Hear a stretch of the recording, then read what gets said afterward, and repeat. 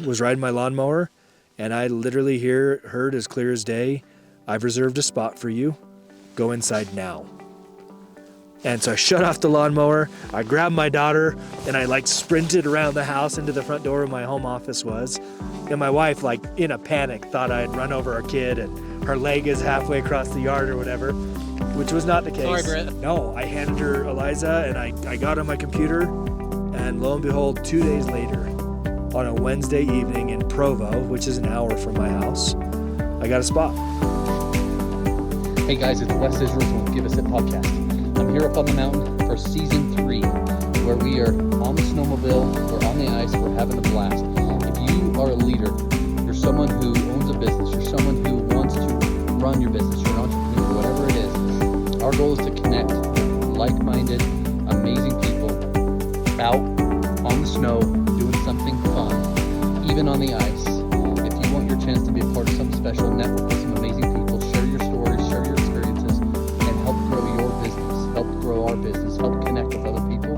Give Us It Podcast, where we care about the way you sit. This is Wes Israelson, and that's Give Us It Podcast. Hey guys, this is Wes Israelson with Main Street Office and Give Us It Podcast. We're up here on the snow with a really, really good friend of mine, someone that I look up to, and someone that actually got me into doing this thing. So I get this phone call one day.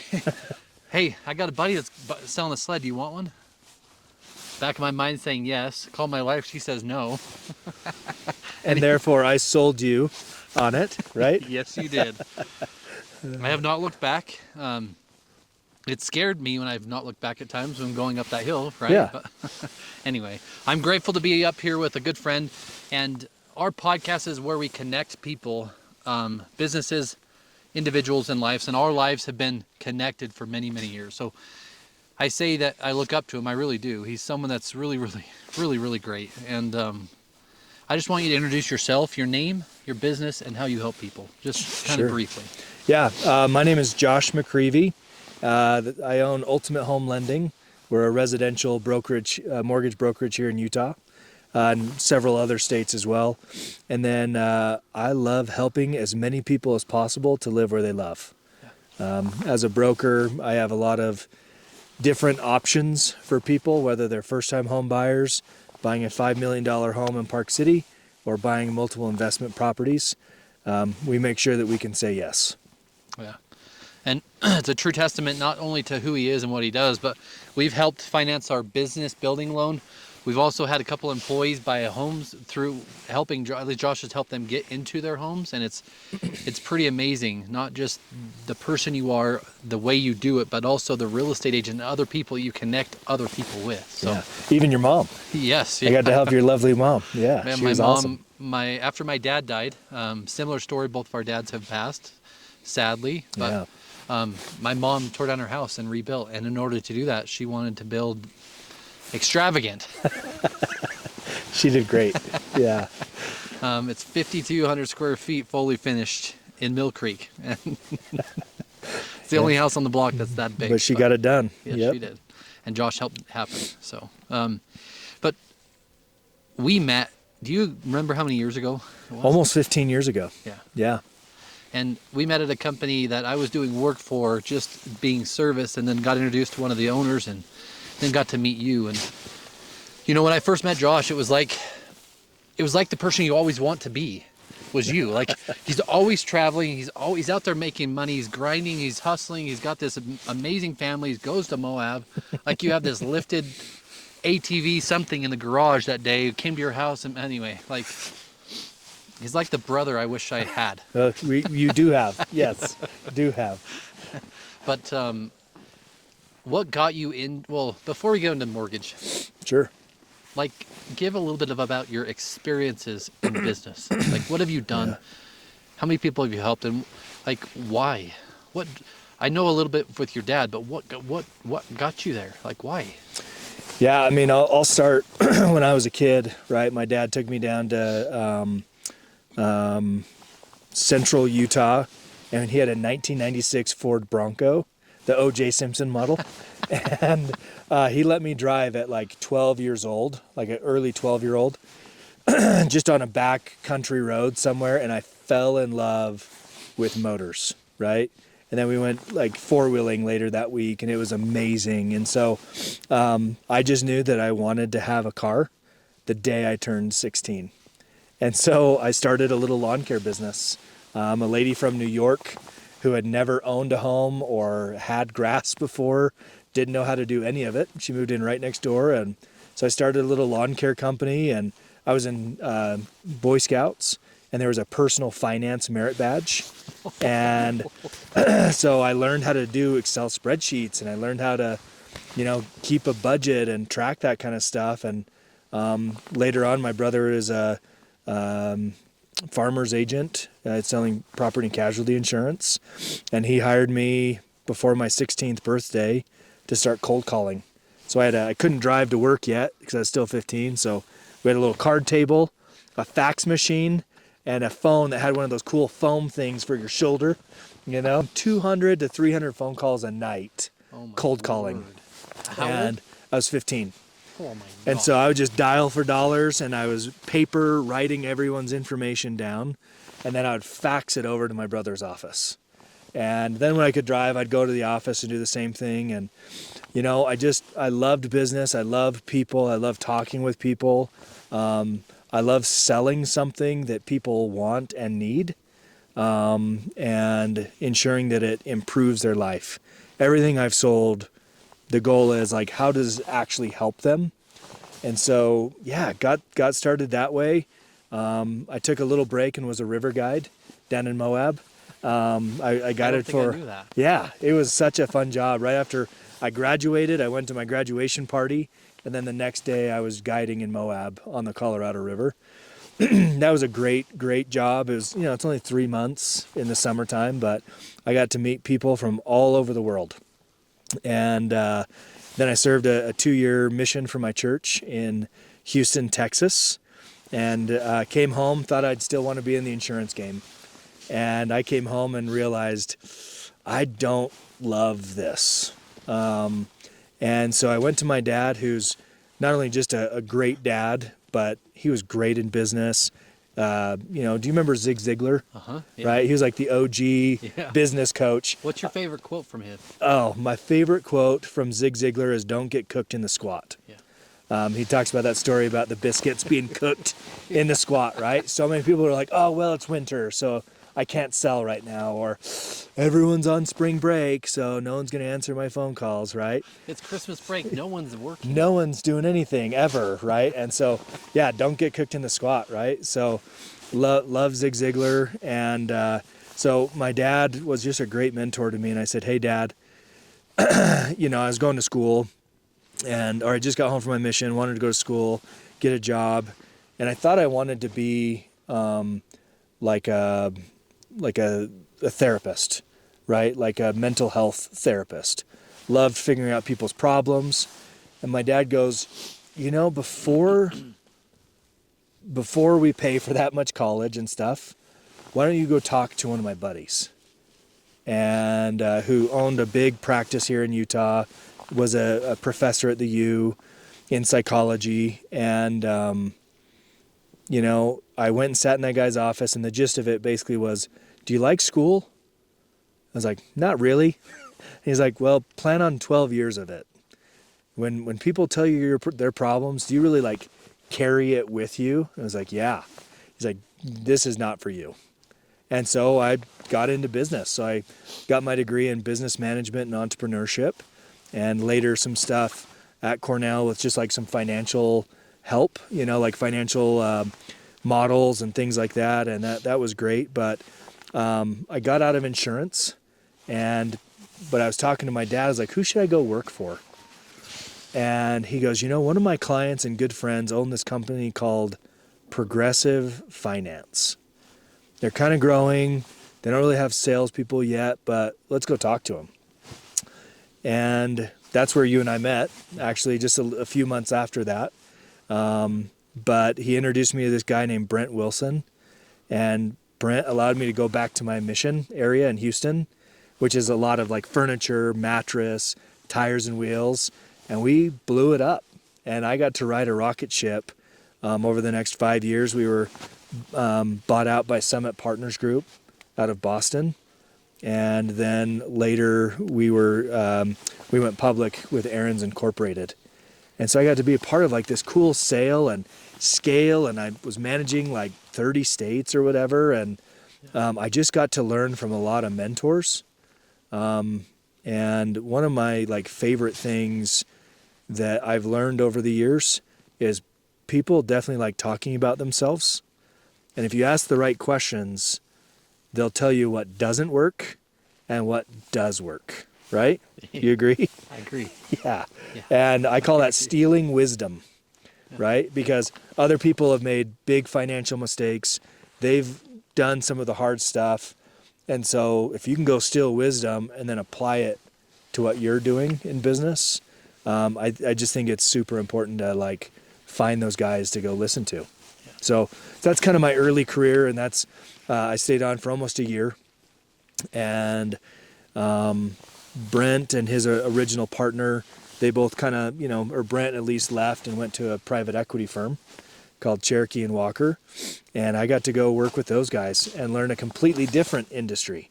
So anyways, yeah, that was a long answer, but no, it's really cool because it showcases, like, I'm going to go back to it. It showcases your father being a great mentor, right? sure. Someone who opened doors, or at least said, hey, before you do this thing, go talk to this guy and actually see if it's what you want to do. Yeah. Right? And how many times in business do people just jump in and don't realize that that's really not what I want to do? Yeah.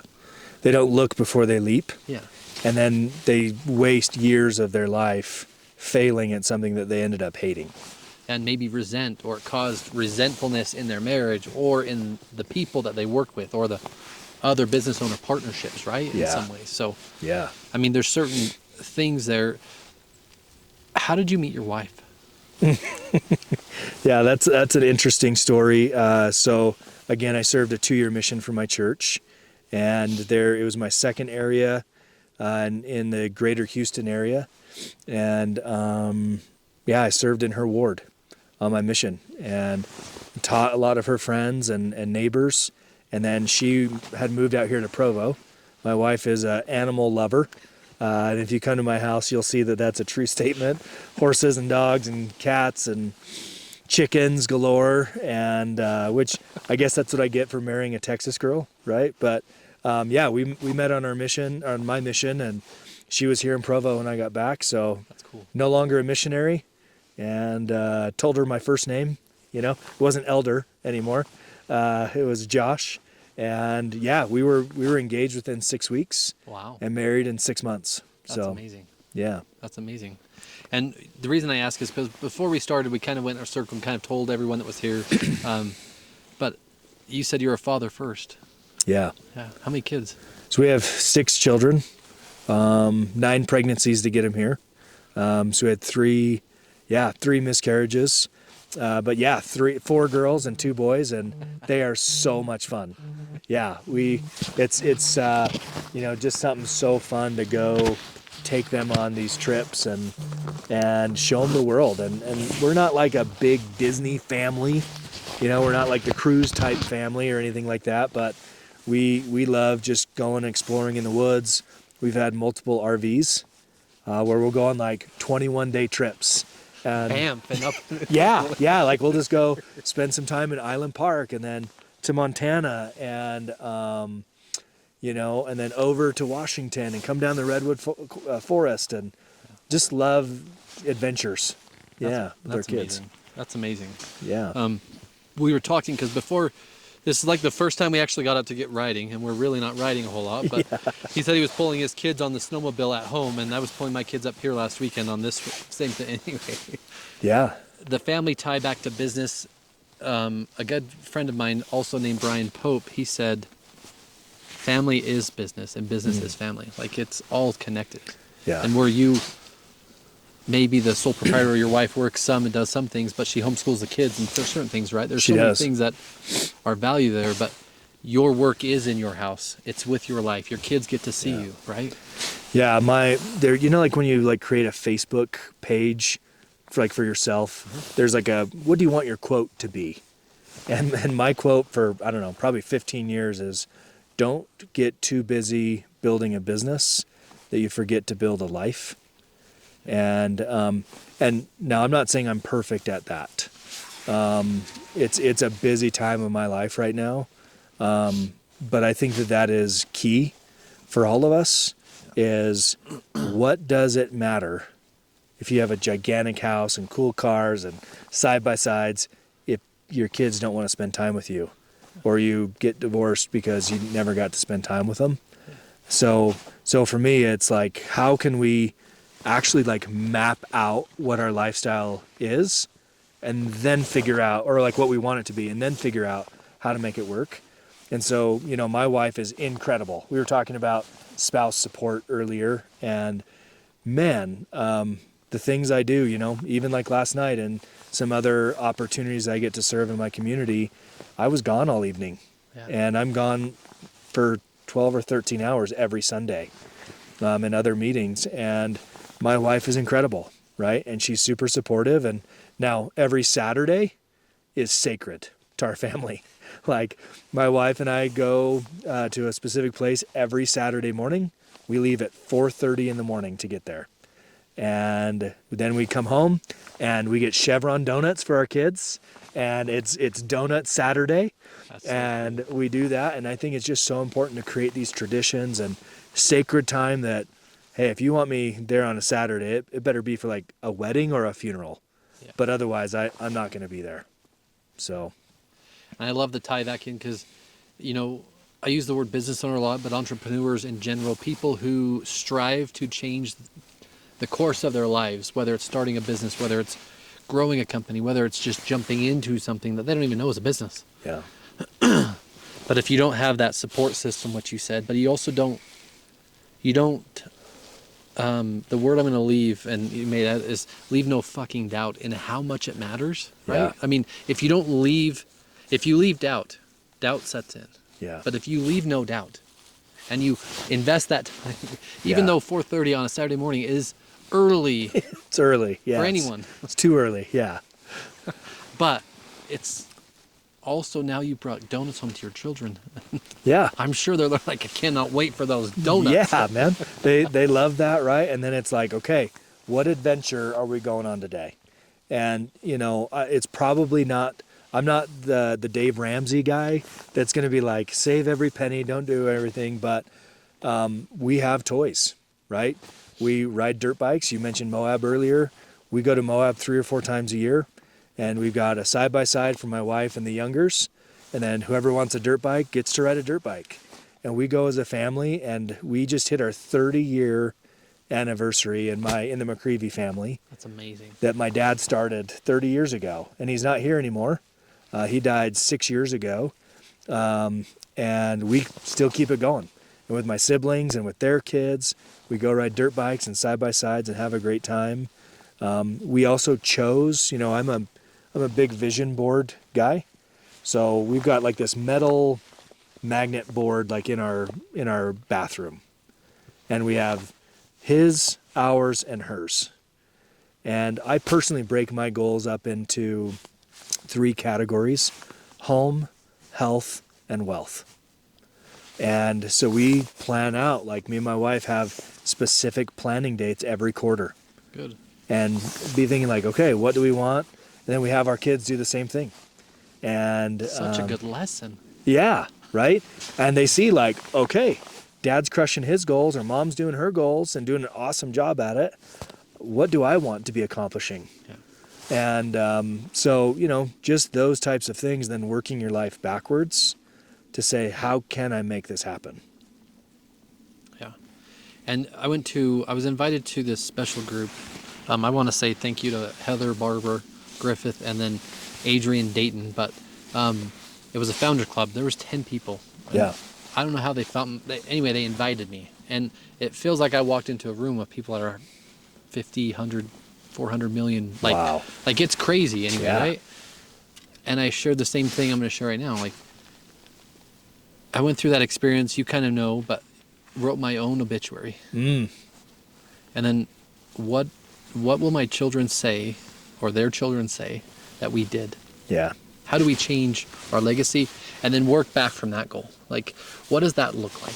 Yeah. Right? Yeah. Because if we were talking with Alex on the way up, if you don't have a strive to hit something, you're going to go nowhere. You're sure. going to stay where you are. And even worse, inflation's going to kill you. Yep. Or you're going to feel like you're the victim. Yeah. Right? Yeah. No, I love that. I think, writing your own obituary and just, I actually right now I get to go to a lot of funerals. Yeah. And I think it's really interesting. Like I leave there, this may sound counterintuitive, but I don't leave depressed. I actually leave like, wow, that's a life I want to model. Yeah. I recently went to a funeral for a lady, and she was in her late 80s, I think, and she had left such a legacy, and every person that spoke said something like, she always made me feel like the most important person in her life. But like 50 people said that, right? And so it's like, wow, it wasn't like, how big was their house? Yeah. Not one funeral I've ever been to ever said that. Yeah. Not one funeral I've ever been to said, he had the coolest car collection, right? It was always, he or she treated me this way. Yeah. Or she was the best mom I could have asked for. She always did this special little thing for me. And, like at our dad's funerals, right? Never once talked about that, but memories and trips and fun time spent together. That's what we focused on. And so I think in business, right? Like, especially with social media, I don't know if you fall into this trap, but I know I have at times where I see like, we were just talking about one of his sponsors, DJ's sponsors, and that dude has a helicopter. He's living my dream, right? But sometimes we fall into that like, oh, well, if I could dedicate 20 more hours a week, maybe I could do that in 5 years, right? But it's like, what am I sacrificing to make that happen? So got to have a good balance. And like you said, it's even got to come back. I love how you take it further. My goddess and I call my wife my goddess, but we do that same thing. Like even this, I want to say, I don't know if it was January 1 or whenever we did it, or maybe it was just before the new year. But we had our girls, our princesses create theirs. Mm-hmm. We created ours. Yeah. And then we merged it together, right? And it was such a cool experience. I mean, I think we went and spent $500 on magazines. Yeah, to like cut out the pictures and stuff. Yeah. But it was really cool to watch my 5-year-old take out snips of what's important. Yeah. And watch my 8-year-old take out words of what's important. And then watch my wife on her vision of her business, of her life, of our life together, what that looks like. And it's amazing how mine was so much everything to like it's like I couldn't do a vision for work or just one, like it's all combined for me. Yeah. Like, because I don't believe you can have the separation, because it is what my passion is, and also my family is my passion, right? Yeah. Yeah, for sure. And what's a lesson you learned on your mission that you applied to business? Wow. Honestly, religion aside,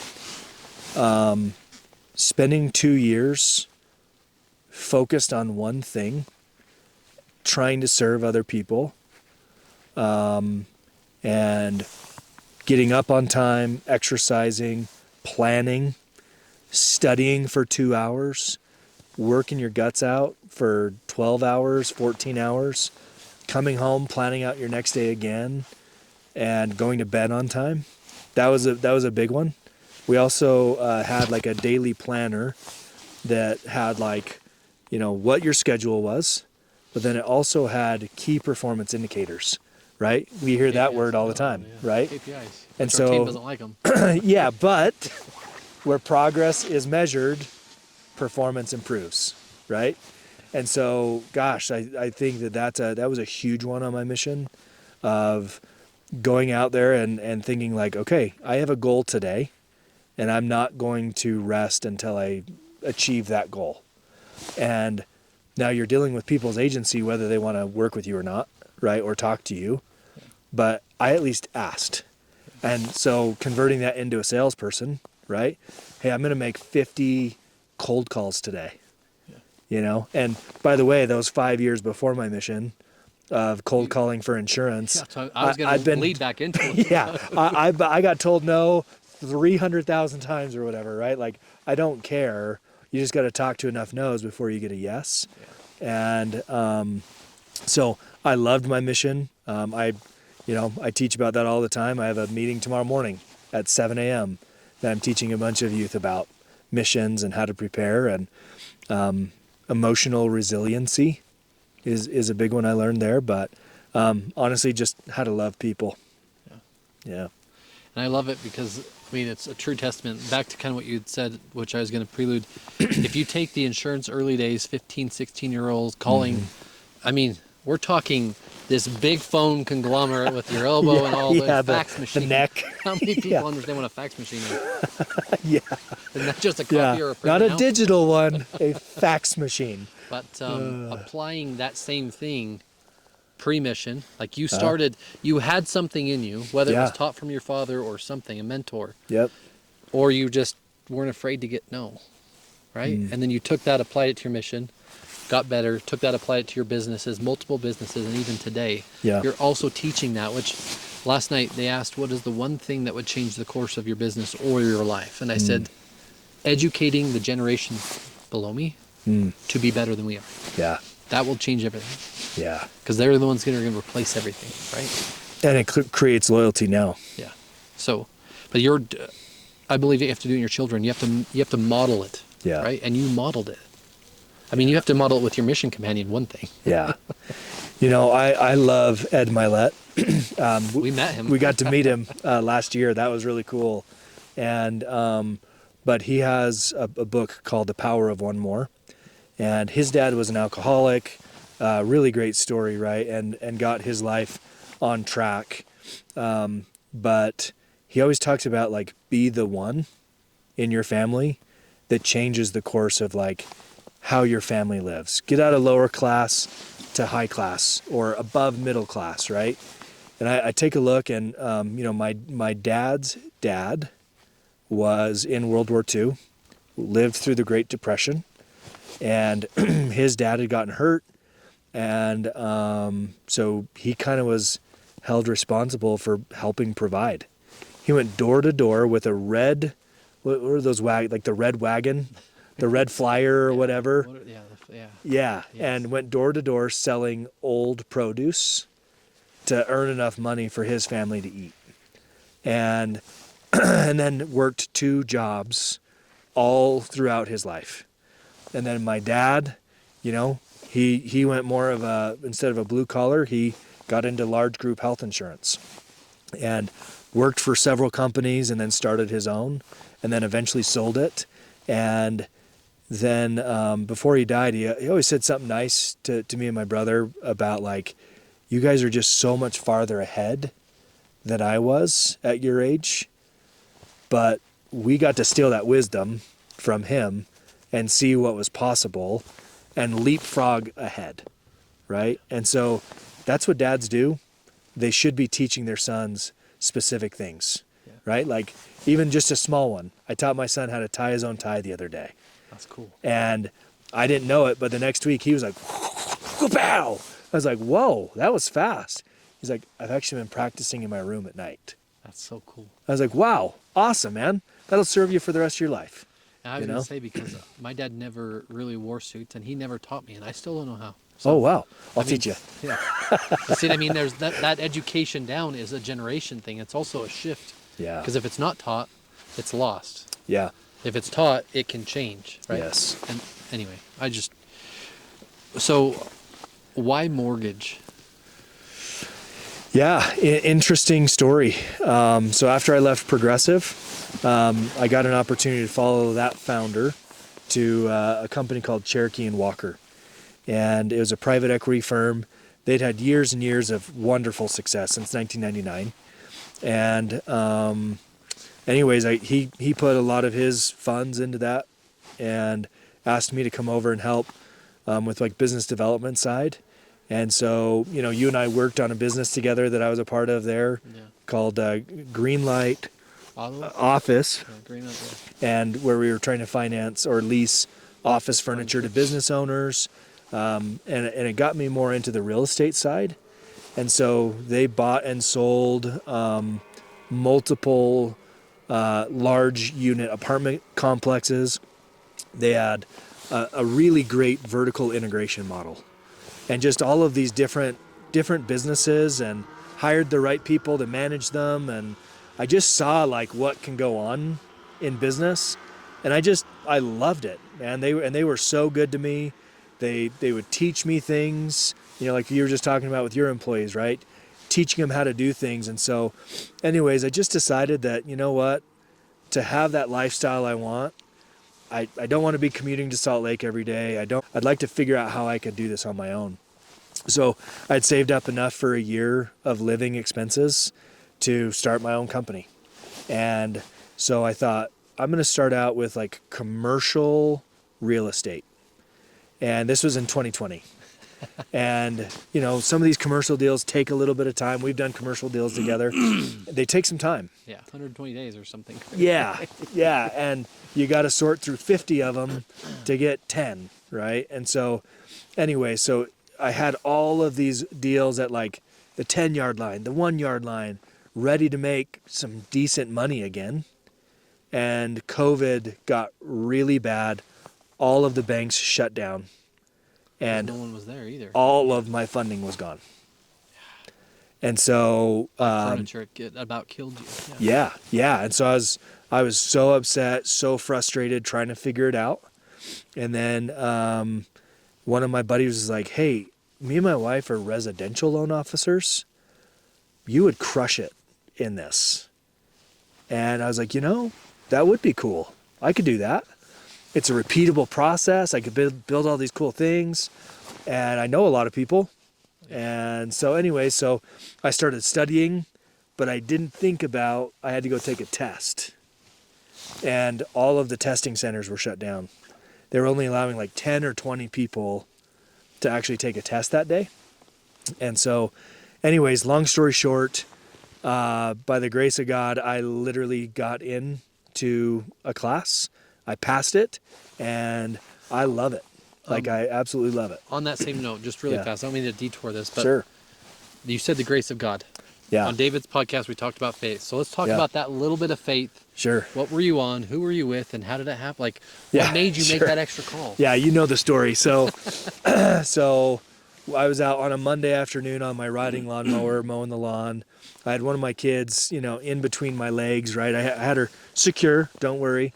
And I'd been praying my guts out like, look, I'm trying to do everything I possibly can. What do I do?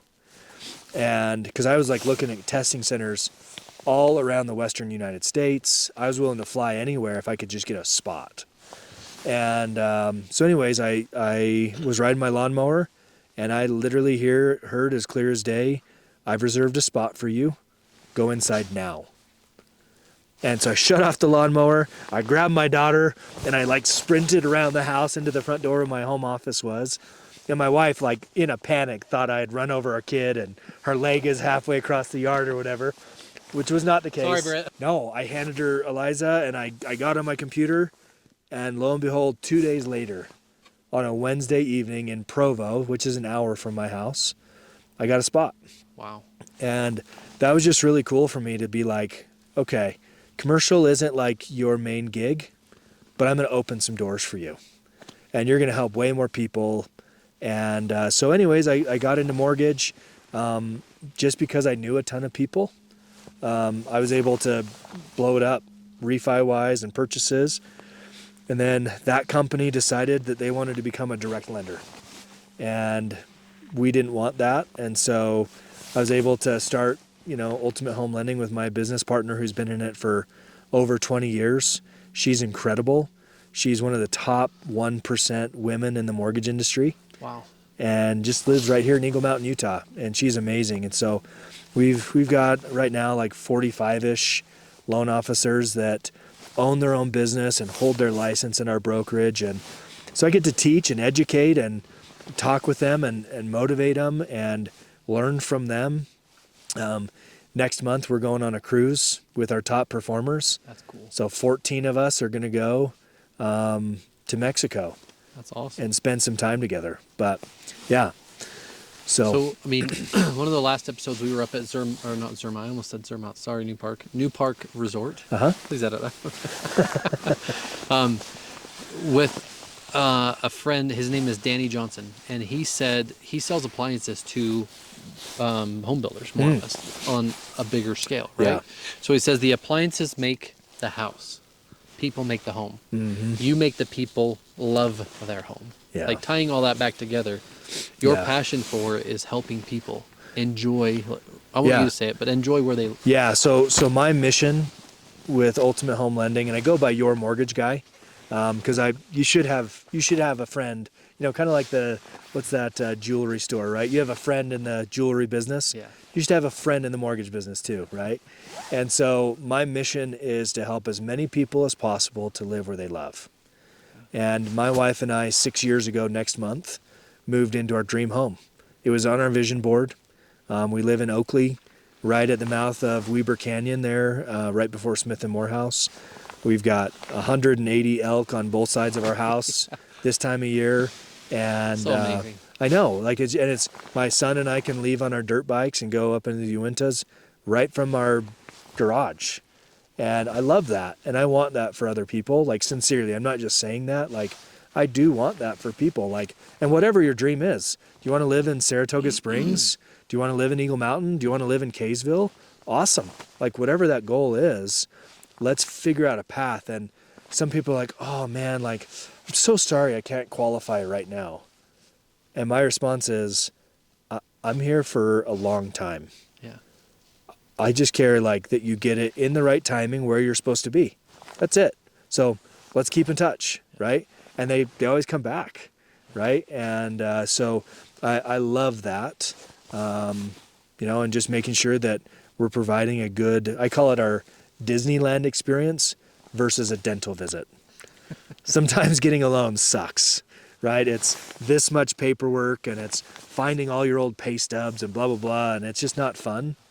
But we want to make it like a good experience so that you get to enjoy it. I mean, in some ways, unless you own a business or you own a company that you're able to buy commercial property, it's the biggest thing you'll ever purchase in your entire life. For sure. Right? Yep. And I mean, that's a big thing, let alone we're going through a building loan right now. So I can understand like the back and forth and people anyway. So the experience you create so people enjoy it, right? Before they actually get their dream. Yeah. Is pretty amazing. Yeah. What's one myth or one thing about mortgage today that people should pay attention to? Is it interest? Like, what is it? What is it today? Is there anything you can think of about?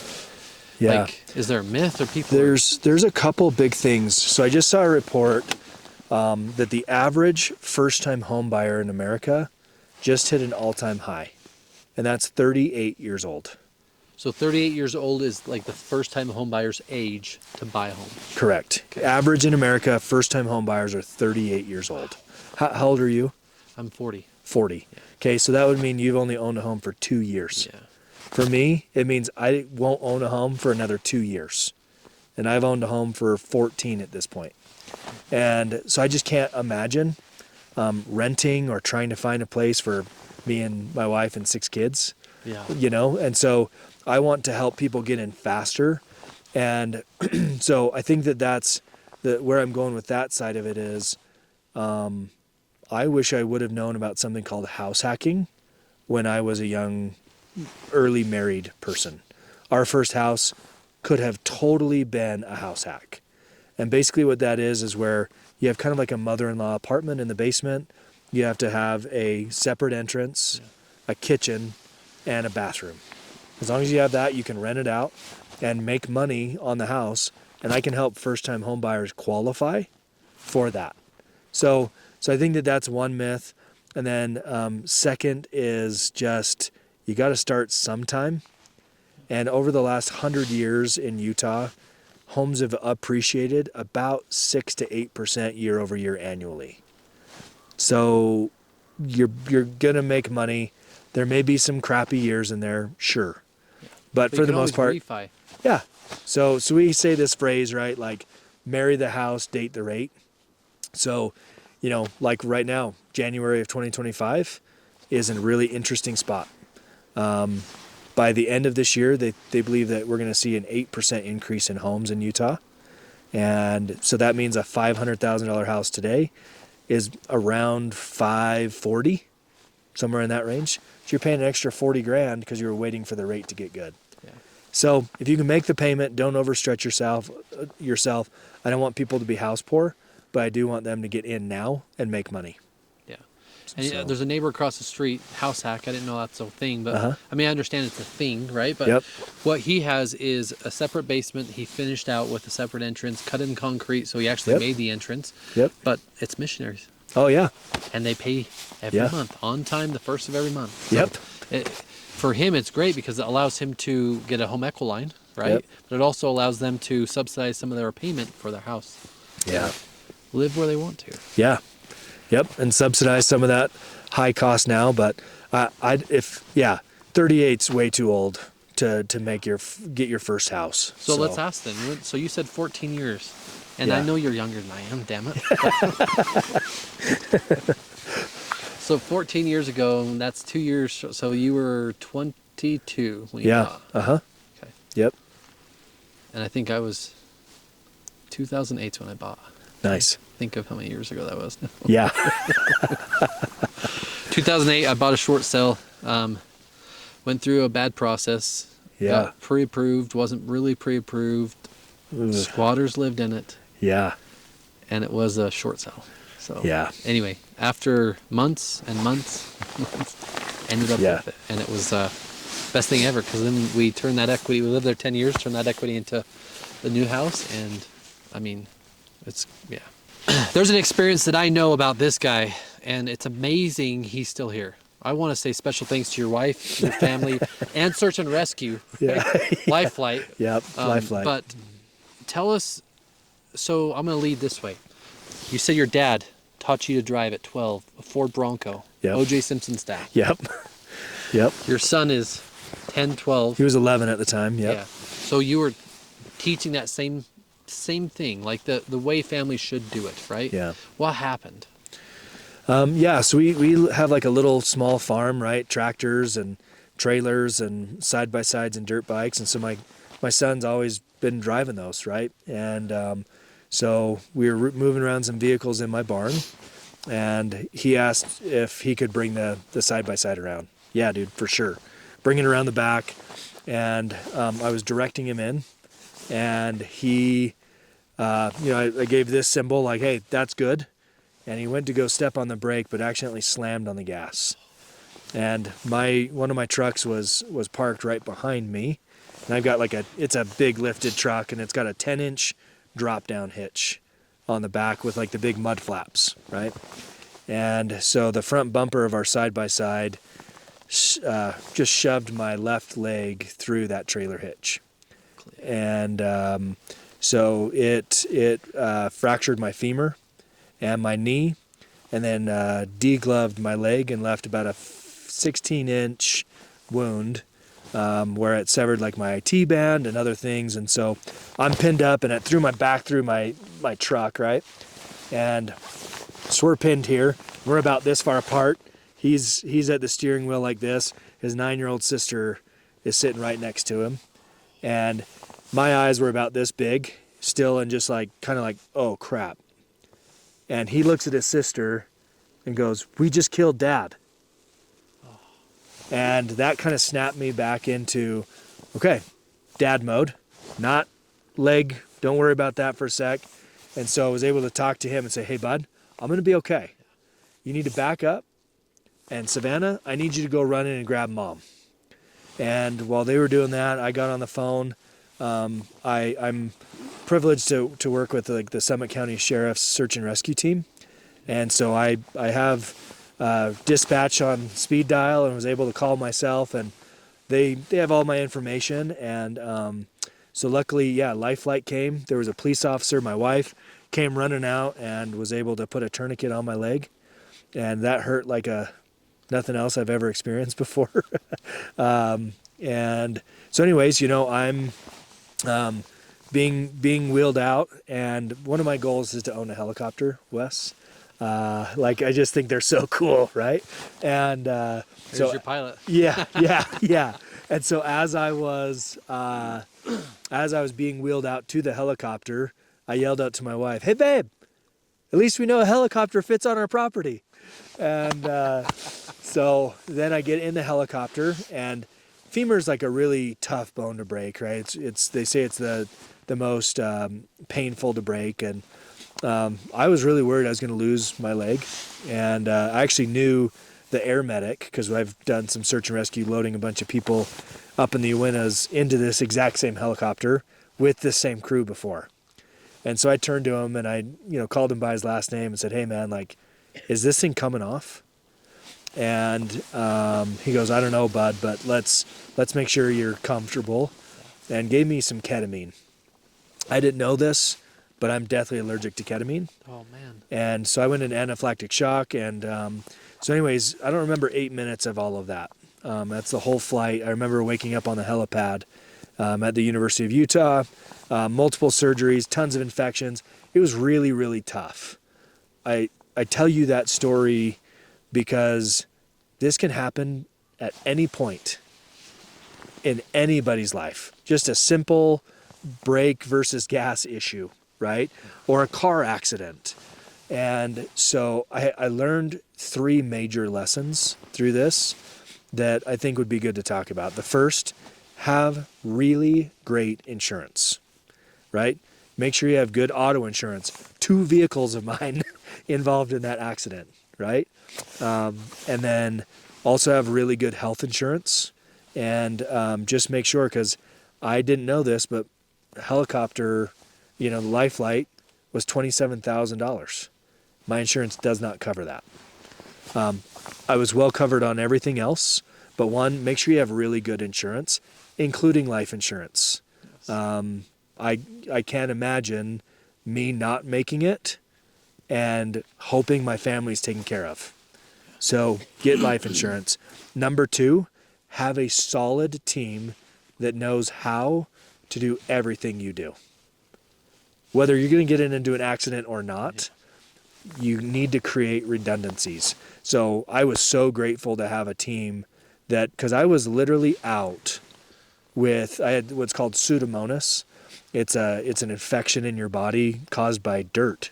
We have hay and, a bunch of dirt in that barn. And so I kept getting infections and had to keep going back and having more surgeries and more scars. And, I was one surgery away from losing my leg. Yeah. And so having a solid team that knows how to do your job, that can step in and make things happen for you. And so I was super grateful for them.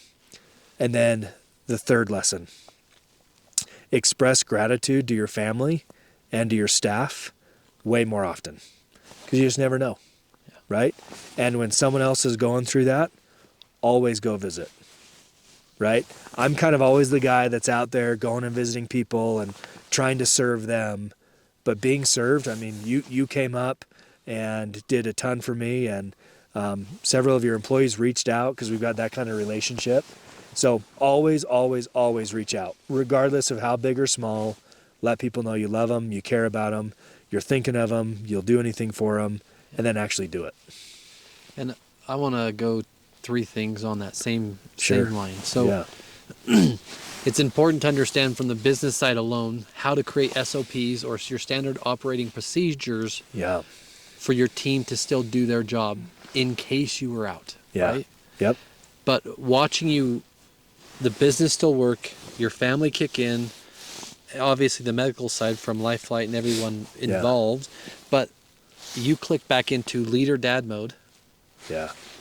Go do this, back up, go get mom, call the cop. Anyway, all of that. So if you don't have a clear mind or you're not able to deal with certain things, you need to make sure that you have the education, right? Yeah. Or at least have the knowledge to know what you need to do. Well, and I think training for that stuff though too. Yeah, right. Well, I'm sure that helped, right? Yeah, but I mean, having them speed dial is one thing. Yeah, but, and that's something that being a first responder has taught me a lot. Is it's panicky, right? When it's a tough situation and it's scary, lives are at stake, things like that. Like, you need to figure out how to calm down and focus on the situation. I'm a big fan of Jocko Willink. Super cool guy, right? Great podcasts, really great book called Extreme Ownership. But I was listening to a podcast the other day about before he got on his radio to send in like commands and things like that, he would always and then speak because it reset him. And so if you're in a really stressful business situation or a life-threatening situation, panicking is not going to solve anything. Yeah. So really understanding the SOP, really having like good team members behind you that can step in. So I do think that especially from a CEO, president, CFO, COO, if you're down, the company should run without you. And if it can't, that's your fault. Yeah. And that's also hard to hear at times, right? But it's true because, like I say, we've talked about faith, we've talked about everything with David Mon, and then in the avalanche side, right? Say we're up here having fun, and then something happens to either one of us or both of us, right? Sure. And it's one thing to educate yourself; it's another to teach it. Yeah. And you've been teaching your children how to ride safely, how to do things, and then all these planning exercises for your goals for long term. Like you're setting them up to do what your dad said to you and your brother. Yeah. You guys are further along than I was. Yeah. Right? So that's another dad story right there. My dad, sprinklers I think are the arch nemesis of every homeowner. Right? I don't mind them. Oh, well, My dad taught yeah, me. those are like the only times I think I come close to swearing. But my dad growing up, we would go out and start fixing some things. And, you don't listen to dad when you're a young teenager, right? And then but he taught me a really interesting teaching lesson. So first of all, he would show me how to do it. And then he had a whole other bag of the exact same parts over here. And he would literally cut everything out again that he had just done, just showed me how to do, remove it, and then say, all right, you do it with me here. And he would redo that, I would be the one physically doing it. But he taught me how to do that. And then I gained confidence, right, in how to do that. And then the third step was, hey, that sprinkler, you can see that that's broken. Hey, by the time I get home from work today, I expect that to be done, and then I'll come check it. Yeah. You can apply that exact same thing in your business, teaching people how to do it, letting them do it with some help, and then just trusting them to get it done, but then verify. And that's what we've been talking about as a business is how do we get our team to think bigger? How do you create the opportunities? And for us and some of what we do, it's natural, like it's easy. 20 plus years in this, it's easy for me just to say, okay, what about this? Okay, what's this? Or have you thought about that? And the team's like, I just don't know how you do that. So I want to take that same practice and I want to implement it. I want to create a video off of it first off, because then we can put it out and people can learn. But I never thought of the side of ripping it all apart and then do it in front of me. Yeah. Right? And he gave some good coaching because I didn't get it right the first time, right? But I just thought that was an interesting way, and we need to be doing that in our own businesses as well. Well, I mean, you're doing it with your family, you're doing it in your business. I know multiple times we've talked about business and how you're growing your team, your sales team, all these KPIs, how you're tracking, how many calls, like you're doing that same thing. You're right there along, calling people, sitting them with, I mean, I love, like I said, when I look up to you, I look up to you. Oh, thanks, man. Likewise. And what's one business lesson you would want to tell a business owner today they're going to face that doesn't have to be as hard? What would you say? I think my biggest thing that I would probably just encourage someone, especially if you're starting a business, nothing goes as fast as you hope. There's no immediate rocket ship. I don't know one business owner that just had an idea and then 6 months later got an 8-figure check. Yeah. Right? I don't know one. But I think in an age where social media is so prevalent and you have all these people throwing out these, quite honestly, unbelievable things that they've done or do, right? Especially when you know someone, you're like, you don't own a Ferrari, right? Like, you rented that, right? Just to look cool for this video. Yeah. You know, like things like that. I just throw those out the window. You're on your own path. Ask people for help. Get wisdom. You know, I do not believe that most entrepreneurs hit a home run on their first business. They fail, and whether they learn or not, that's the key. But then keep going. Alex Hormozy talks about this a lot, but document your failures, right? What does not work? And then keep going and figure out how to make it work. Right audience, all of those things. And so I think that's the biggest thing is like, you're probably going to fail multiple times. It's going to be super duper scary. You're going to have multiple times where you don't think you're going to make it. But personally, my formula has been always involve God through prayer, asking for help, guidance, wisdom. The second is really mapping it out, getting other people, investing in my own education. I'm always reading a book, listening to a podcast. Music I don't hardly ever listen to anymore. Because if I'm in the truck going somewhere, I'm listening to a podcast. Or a book or something. Or a book on, it's not a book on tape anymore. It's a book on audio. Yeah, an audio book, yeah. And so I just think things like that, always be improving. That's one of our slogans is ABI, always be improving. And if you didn't make it this time, you'll get it. Figure out how to make it work. And I think on that same subject of this, it's about the consistency, Yeah. right? You just can't stop. Yeah. It's easy to stop. They said that January 8th was known as Quitter's Day. Oh, interesting. Because people start their new goals Yep. and then quit them by the 8th day because it's one weekend. Yeah. And that makes all the sense in the I mean, world. I'm going to ask this question because it'll make sense to you. Would you rather have $1 million or a penny that compounds on itself every day for 1 month? I don't know the math Okay. behind it. What would you take, though? I would probably take the $1 million and then go start investing it myself. What if I said that penny compounded by itself, whatever it is, every day for a month? That would turn out to be 5 million. Is it? Okay. 31 days. There you go. Is that crazy? Yeah. So the compound interest of what you're saying is what I'm trying to lead into. If you're consistent, at least committed to be consistent to what you're doing. Yeah. Even if you fail, you can pivot. Or Yeah. change, you can pivot. Right? Yeah. And if it just doesn't work, stop and go this way.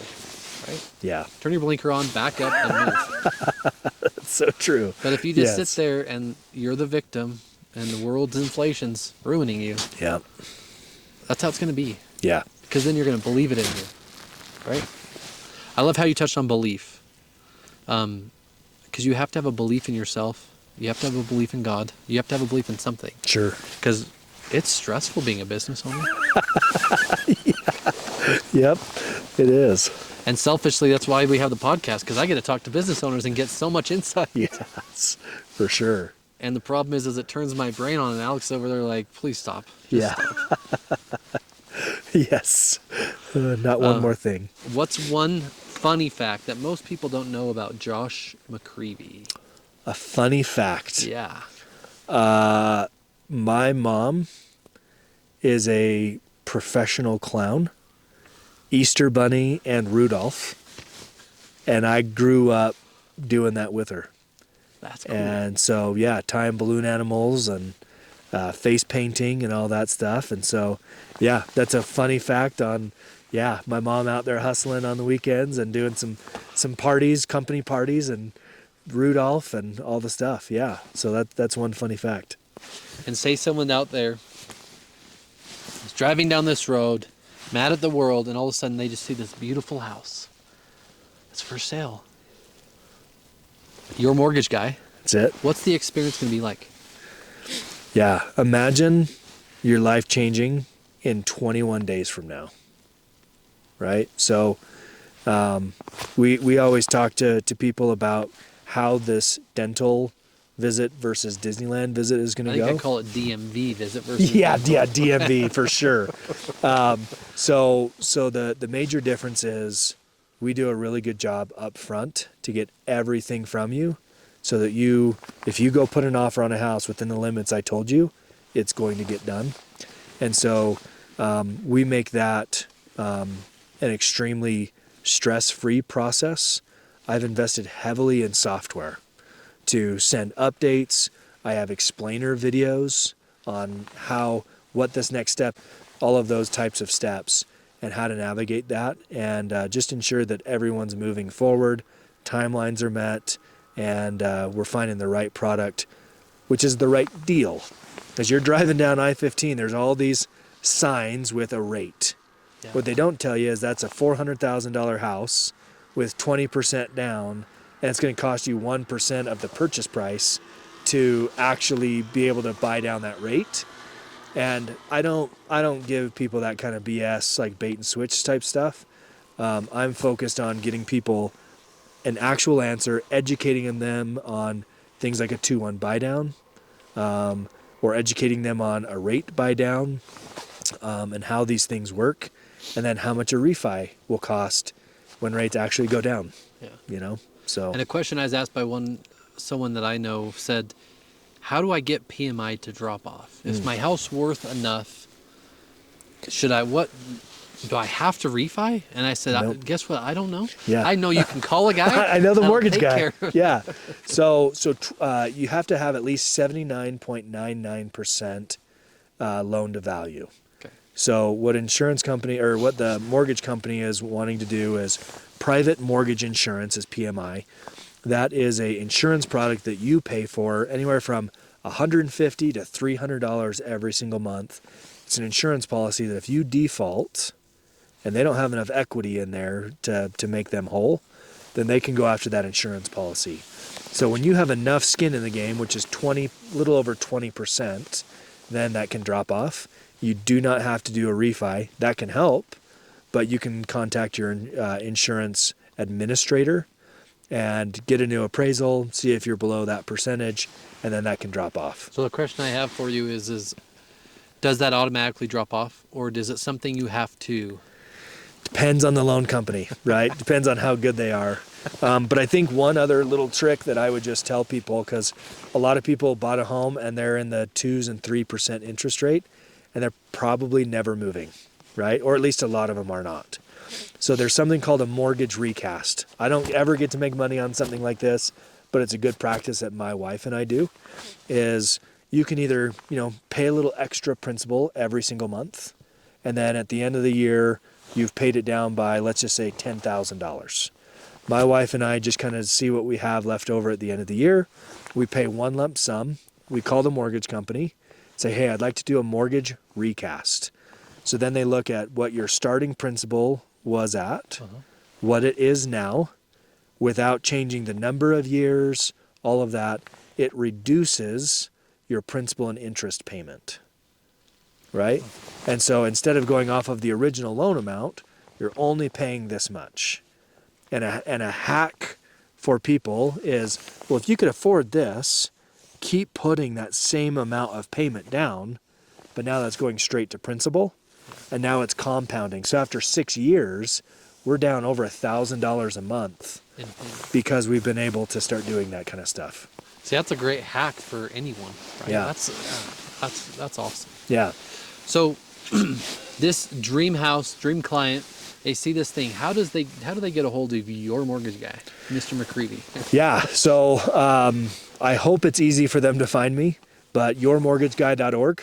I've got a lot of instructional videos on there. So that's my website. You can find me on Facebook or Instagram at yourmortgageguy.josh. Or you can call my phone number, which is 801-232-5173. Awesome. And you have a beautiful office up in Camas. Yeah. Speaking of that, I do have a beautiful office because of you. Well, Yeah. So it's because of you, right? Not because of me. But. No, I mean, I'll just brag about you for a second here. So, known you for about 15 years.